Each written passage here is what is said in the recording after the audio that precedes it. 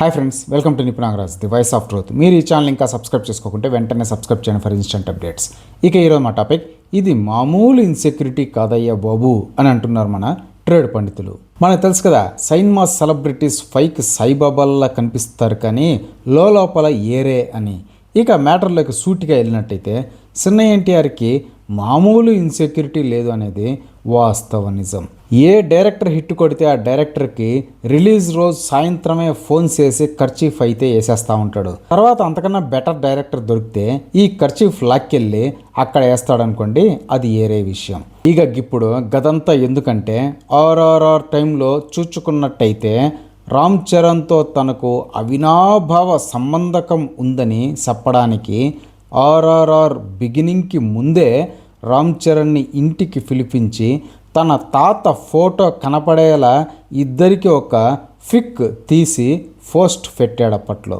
అది చూసి ఇరువురు ఫ్యాన్స్ సంభ్రమాశ్చర్యాలకైతే గురయ్యారనేది వాస్తవ నిజం.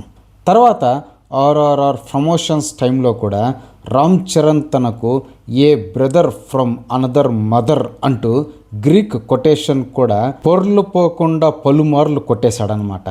ఇక ఆర్ఆర్ఆర్ రిలీజ్ అయింది. చిన్న ఎన్టీఆర్ని Ram Charan top to bottom, Ceded to Srikakulam, Anakapalli to America dominating చేసి పడేశాడు. దీంతో చిన్న ఎన్టీఆర్ బాగా హర్ట్ అయినట్టున్నాడు. అందుకే ఆర్ఆర్ఆర్ ఆస్కార్ ఈవెంట్ కోసం తన ఫెయిడ్ ఫ్యాన్స్తో అమెరికాలో మన అమీర్పేట్ స్టైల్లో పాంప్లెట్స్ పంచడం లాంటి కార్యక్రమాలు చేయడమే కాకుండా తన సొంత ఎల్లో మీడియాలో తనకు ఆస్కార్ రాబోతోందని, అడుగు దూరంలో అమెజాన్ డెలివరీలో ఎల్లుండి వచ్చేస్తోందని న్యూస్ ఐటమ్స్ కూడా రాయించేసుకున్నాడు. అక్కడే చెప్పొచ్చు చిన్న ఎన్టీఆర్లో జెన్యూనిటీ లేదని, అంతా డబ్బా వ్యవహారమని. కానీ ఇంకో పక్క రామ్ చరణ్ అలా కాదు. తనను సీనియర్ ఎన్టీఆర్ 100 రోజుల సంవత్సర ఫంక్షన్కి బాలయ్య పిలవగానే ఈవెంట్కి వెళ్ళి సక్సెస్ చేసి వచ్చాడు. నేను ఎందుకు వెళ్ళాలి, వెళ్తే నాకేమొస్తుంది అనే లెక్కలు వేసుకునే వ్యక్తి కాదు రామ్ చరణ్ అని మనందరికీ తెలుసు. అంతేకాదు, చిన్న ఎన్టీఆర్ దేవర సైన్మా రిలీజింగ్ అవుతుందంటే ఒకరోజు ముందే కంగ్రాచులేషన్స్ చెప్పి విషెస్ చెప్తూ ట్విట్టర్లో పోస్ట్ కూడా పెట్టాడు. కానీ తర్వాత చిన్న ఎన్టీఆర్ నుంచి గేమ్ చేంజర్కి ఏం విషెస్ రాలేదు. అంతెందుకు, ఇప్పుడు పెద్ద సైన్మా ఇంత సెన్సేషన్ అయింది. రామ్ చరణ్ పర్ఫార్మెన్స్ గురించి, అతను పడ్డ కష్టం గురించి చూసిన ప్రతి ఒక్కళ్ళు గొప్పగా చెప్పుకుంటున్నారు. అయినా కూడా చిన్న ఎన్టీఆర్ నుంచి ఒక్క ట్వీట్ కూడా లేదు. అలాగని బాగా బిజీనా అంటే అదేం లేదు. మళ్ళా డ్రాగన్ షూటింగ్ హైదరాబాద్లో జరుగుతుంది ప్రస్తుతం. చిన్న ఎన్టీఆర్ పోర్షన్స్ ఏమీ లేకపోవడంతో ఇంట్లోనే ఉన్నాడనమాట.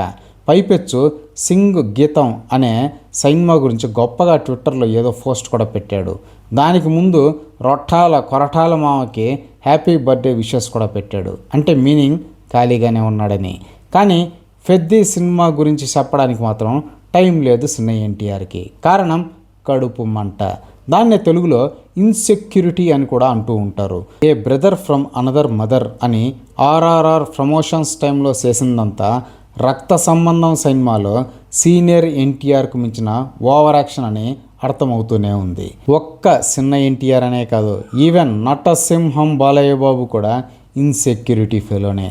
తన వెనకమాల ఇన్ని ఉన్నా కూడా చిరంజీవి వెనకాల ఏమీ లేకున్నా నన్ను మైళ్ళ కొద్దీ దూరంలో నెట్టేశాడే అని 40 ఏళ్ల బాధ.